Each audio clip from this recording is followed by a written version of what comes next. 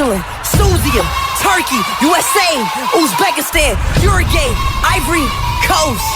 ሰላም ክቡራት ሰማዕትና መበል 23 ዋንጫ ዓለም 2026 ኣብ ሜክሲኮ ካናዳ ኣሜሪካ ዝካየድ ዘሎ ኩዕሶ እግሪ ዋንጫ ዓለም ፀብፀባቱ ሒዘልኩም መፅእ ኣለኹ ነዚ ናይ ሎምን ናይ ፅባሕ ትንተና ዘቕርበልኩም ኣነ ኣማን ኣብ ጃምቦ ቲቪ ናብ ትሕዝቱ ከብለኩም ምሳይ ክትፀንሑ እንዳዓደምኩ ሰናይ ምክትታል መበል 23 ዋንጫ ዓለም 2026 ኣሜሪካ ካናዳ ሜክሲኮ ይካየዳሉ ኣብዚ ሃገራት ዋንጫ ዓለም ካብ ዘካይዳ ዘለዋ እተን ምሕላፈን ዘረጋገፃ እንዳደመቃ እተን ኣብ መበል ሳልሰይቲ እግሪ ፀወተአን ግጥመን ድማ ብነጥቢ ፍልሊ ከመይ ጌረን ናብ መበል 32 ዙር ሓልፋ እንዳተጋህደ ኣብ ዝመፃሉ ዘለዎ ሰዓታት ሰንበት ዝገጠማ ስፔንን ስዑድ ዓረብን 4-0 ስፔን ኣብ ልዕሊ ስዑድ ዓረብ ክትዕወት ከላ ቤልጅየም ምስ ኢራን ባዶ ተፈላለያ ቤልጅየም 2-0 ማዕረ ተፈላለያ ደላ ስለዚ ኣብ ክልተ ፀወታ 2 ነጥቢ ጥራይ ሒዛ ጠጠው ኢላላ ዩሩጓይን ኬፕ ቨርደን ከዓ 2-2 ተፈላለየን ኬፕ ቨርደ ምስ ስፔን 2-2 ምስ ስፔን 0-0 ተፈላለያ ምስ ዩሩጓይ እውን 2-2 ተፈላለያ ብክልተ ነጥቢ ኣብ ምድባ ኣብ ውድድር ጉያ ፍራስ ቅድድም ኣትያላ ስለዚ ናብ ግሩፕ ጂ ተዳእኸና ኒውዚላንድ ኢጅፕቲ 3-1 ዝተዓወተት ኢጅፕቲ ንፈለማ ግዜ ንዋንጫ ዓለም ካብ ትሳተፍ ብዓወት ትገናፀፍ ዘላ ሃገራዊት ጋንታ ኮይና ኣላ ማለት እዩ ኣርጀንቲና በቲ ድሙቕ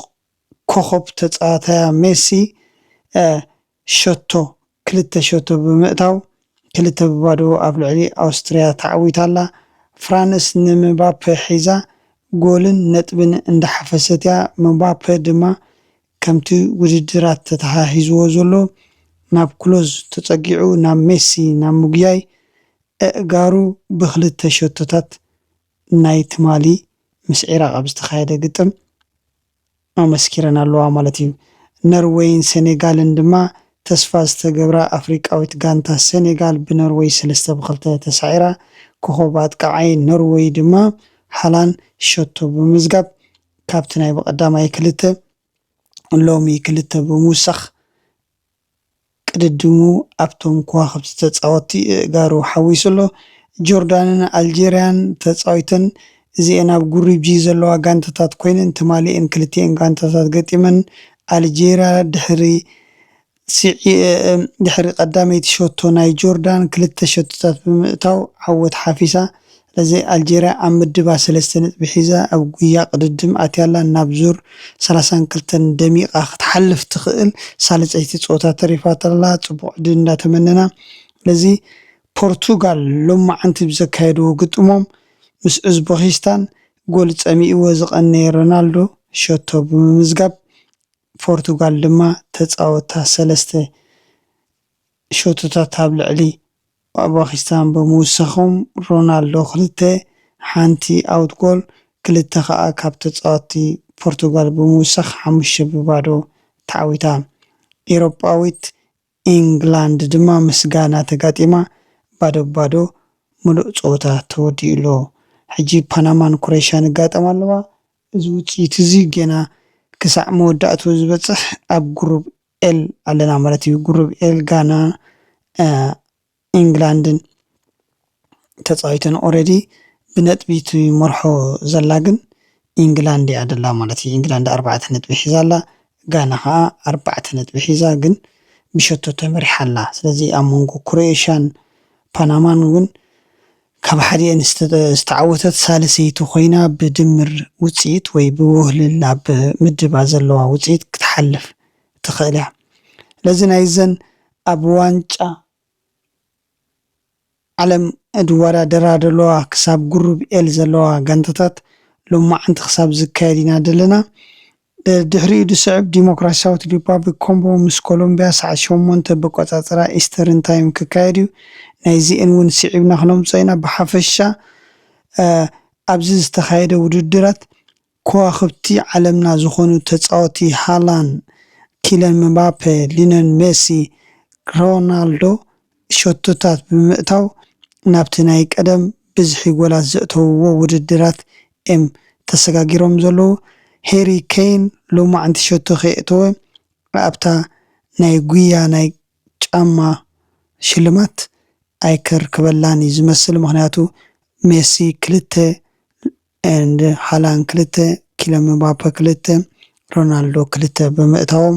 ቅድድሞም መመሊሶም እዮም ጋግ ዝፈጥሩሉ ዘለዉ። ኣብዞም ስታር ተፃወቲ ዘሎ Let's play football. ብዝሒ ሸቶታት ጎል ኣብ ዋንጫ ዓለም ካብ ዝተመዝገቡ ሪኮርድ እንተዳኺልና ፔለ ብ12 ጎላት ቀዳማይ ሸቶ ብምምዝጋብ ኣብ ቦታ ሪኮርድ ሒዙ ነይሩ። ድሓን ፎንቴነ 13 እትዩ ድሓር ገርደን ሙለር ድማ 14 ሒዙ ክሳዕ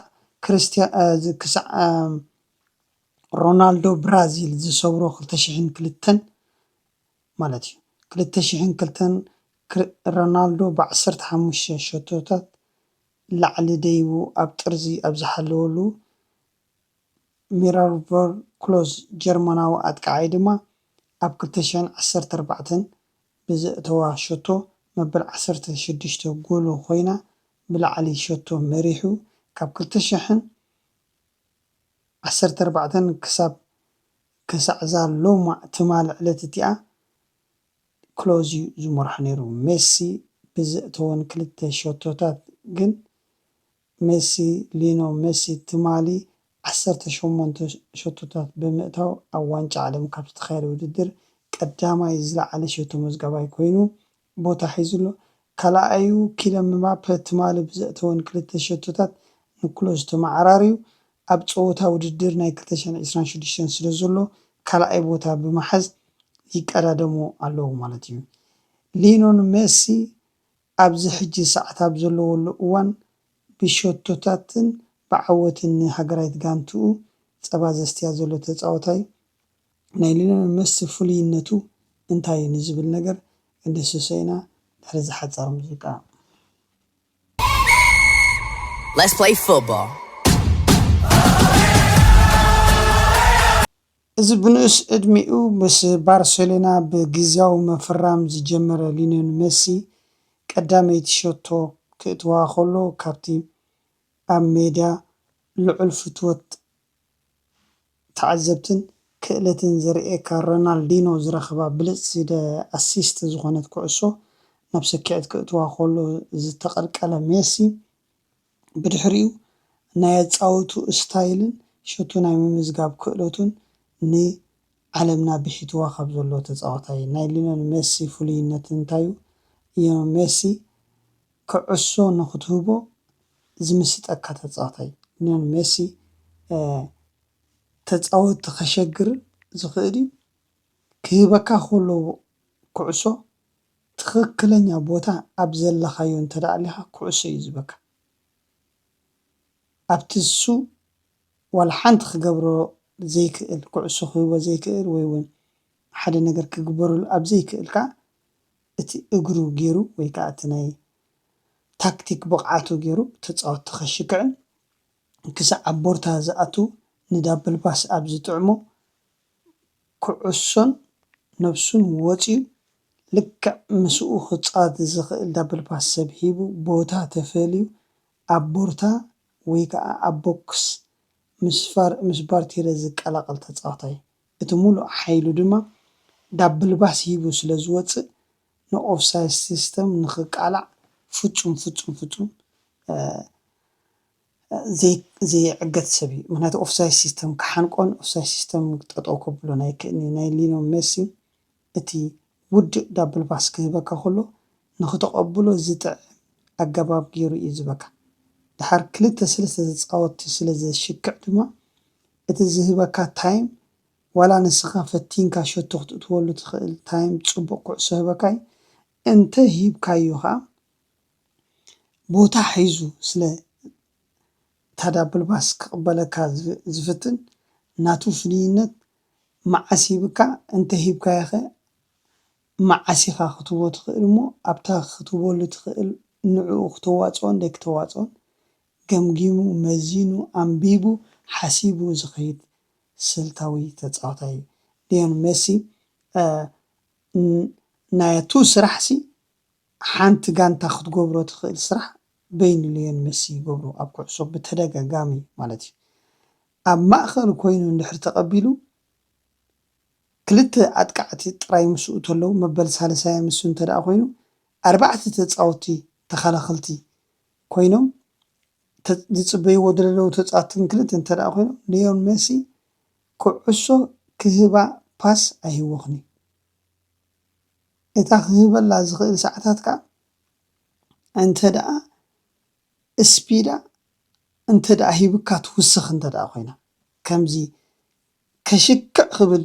ካልኦት ተፃወቲ ክመፅዎ መበል 5 መበል 6 እንድሕር ኮይኑ ኣብታ ነፍሰይ ኣውፅእኒ ኢሉ ቀልጢፉ ዝድርብያ ኩዕሶ ኣብኣ ኣሎ ማለት እዩ። እንተዘይኮይኑ ከዓ ልክዕ ተፃወቲ ሜሲ ክህብ እዩ ብዝብል ርእሲ ሜንታል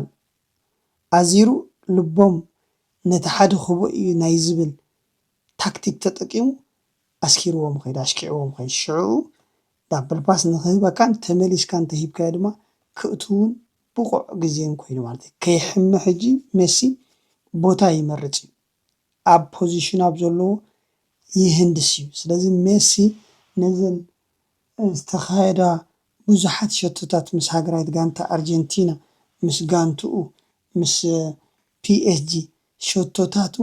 ብዝድነቕ ክሳብ ሕጂ ኣብ ኣሜሪካ ብዝድነቕ ዝገብሮ ዘሎ ስራሕ ዘመስከረ ፍሉይ ተፃዋታይ ካብ ርሑቕ ፈቲንካ ናይ ምእታው ድማ እስቲል ብቕዓት ኣሎ። ክሳብ ሕጂ ንሃገራዊት ጋንትኡ ጥራይ ኣይኮነን ንኩለን ኣብ በዓል ኣሜሪካ ዘለዋ ማያሚ ጋንታታት እውን ካብ ርሑቕ ፈቲኑ ኣብ ሰኪዐት ክዕልብ ዝኽእል ተፃዋታይ እዩ። ሜሲ ብቑዕ ዝገብሮ ነገር ካብ ማእኸል ወሲዱ ናብ ክልተ ዊንግ ገይሩ እንተሂብካዮ ከዓ ኣብ ማእኸል ተፃወቲ ኣስኪሩ ሸቶ ክምዝግብ ዝኽእል ካብ ርሑቕ ቀሊዑ ሸቶ ክምዝግብ ዝኽእል ዳብል ፓስ ተፃዊቱ ሸቶ ክምዝግብ ቦታ ሒዙ ፀኒሑ ሰብ ዝሃረማ ሸቶ እውን ምላስ ኩዕሶ ረኺቡ ኣብ ሰኪዐት ከእቱ ዝኽእል ፍሉይ ተፃዋታይ እዩ ሜሲ።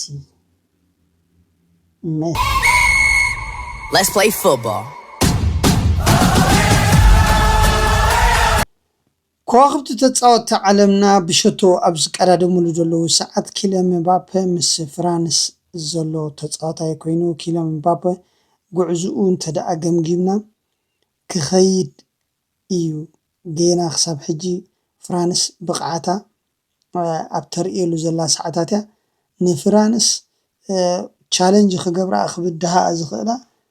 ብዙሓት ጋንታታት ክህልዋ ክእለን ግን ብቕዓት ናይ ፍራንስ ርኢኻ ገና ኪልያን ምባፔ ሸቶ ናይ ምምዝጋብ ተኽእሉ ክውስኽ እዩ ዝብል ግምገማ ኣለኒ ማለት እዩ። ሃላንድ ቁርብተይ ኣራን ሃላንድ ምስ ኖርዌይ ዘለዎ ጋንታ ዋላ ካብተን ኣብ ትሑት ግምታት ተላ ግን ብቕዓት ኖርዌጃውያን ኣብ ሓደ ቲም ዝስራሕ ስራሕ ብጣዕሚ ንጡፋትን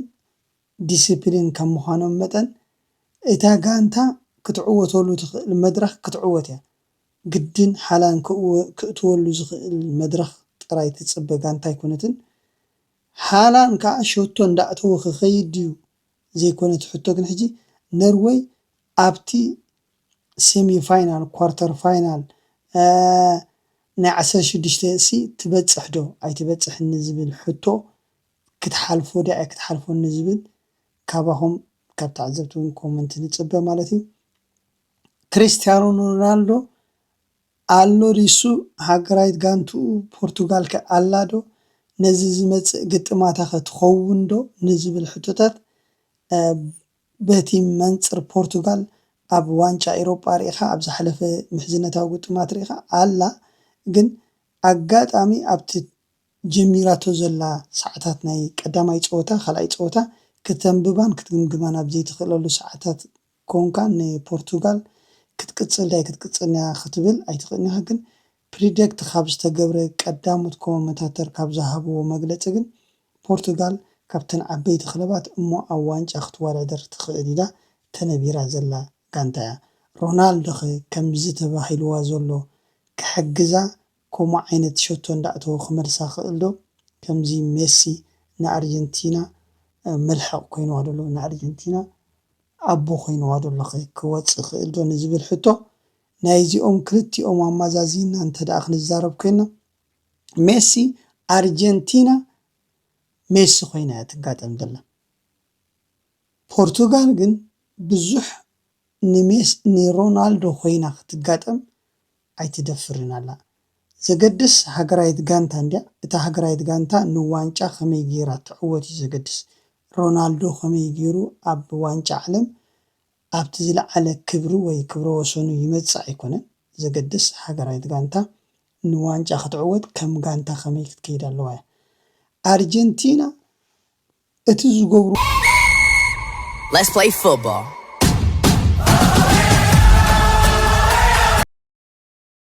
ዘለዉ ስራሕ ጋንትኦም ንኸይትሰዓርን ጋንትኦም ንኸይትድፈርን ዝገብርዎ ዘለዉ ጉያ ሓደ ኮይኑ ርእሲ ኣሰልጣንኻ ሓደ እዩ ዘሎ። በቲ ሜሲ ዝገብሮ ፃዕርን በቲ ጋንታ ብምሉእ ከዓ ንሜሲ ዘለዋ ኣኽብሮትን እሱ ከምፆ ዝኽእል ለውጢ ተኣሚና ትገብሮ ዘላ ኩሉ ስራሓት ሓደ እዩ ዘሎ። ስለዚ እዛ ብሓደ ትኸይድ ዘላ ኣርጀንቲና ሜሲ ዝገብሮ ተፀቢያ ንሜሲ ከዓ ብዙሕ ሪስፖንሲቢሊቲ ሂባ እንድሕር ትጎይላ ኮይና ሜሲ ክደምቕ ይኽእል እዩ፣ ኣርጀንቲና እውን ክትቅፅል ትኽእል እያ። ምስ ካልኦት ከበድቲ ጋንታታት እንተደኣ በፂሕዋ ግን ናይ ጋንታ ዓወት እውን ከገድሳ ስለ ዝኾነ ግድን ኣብ ሜሲ ትወድቕ ጋንታ ኣይኮነትን። ፖርቱጋል ግን ሮናልዶ በዚ ሰዓት እዚ ዘለዎ ብቕዓት ርኢኻ ናብኡ ክትወድቕ ኢልካ ክትሓስባ ኣይትኽእልን ኢኻ። ብጋንታ እያ መጀመርያ ዝሰርሕ ምክንያቱ ናይ ሮናልዶ ዘለዎ ብቕዓት ነቲ ፖርቱጋላውያን ተኣሚኖምሉ ክኸዱ ኣለዉ ድዮም ይዋፃና እዩ ሮናልዶ ደብሉ ኣለዉ ኣይኖ ብሉፅ ተፃዋታይ እዮም ከም ምዃኑ ግን ንኣሰልጣኒ ናይታ ጋንታ ፍሉይ ክኸውን ከሎ ሮናልዶ ንካልኦት ተፃወትቲ ናይታ ጋንታ ከ ፍሉይ ድዩ? ፍሉይ ኣይኮነን፣ ሓደ እዩ። እንተደኣ ኮይኑ ንሳቶም ክገብርዎ ዝግብኦም ክገብሩ እዮም። ናብ ሓላፍነት ናብ ሮናልዶ ሂብካ ዝውዳእ ግን ከምዘይከውን የርእየና። ስለዚ ክርስቲያኖ ሮናልዶን ሜስን ክደምቁ ድዮም ንዝብል ነገር ናይ ሜሲ ነገር ክደምቕ እዩ። ምክንያቱ ሙሉእ ስራሕ ሙሉእ ሓላፍነት ሂቦሞ ዘሎ ኣርጀንቲና ኣብ ሓደ ሜሲ ኮይኑ ኣሎ ሓደ ኮይና ኣላ ኣርጀንቲና። ስለዚ ናይዚ ዝቕፅል ውፅኢት ኣብ ክልቲኦም ብከምዚ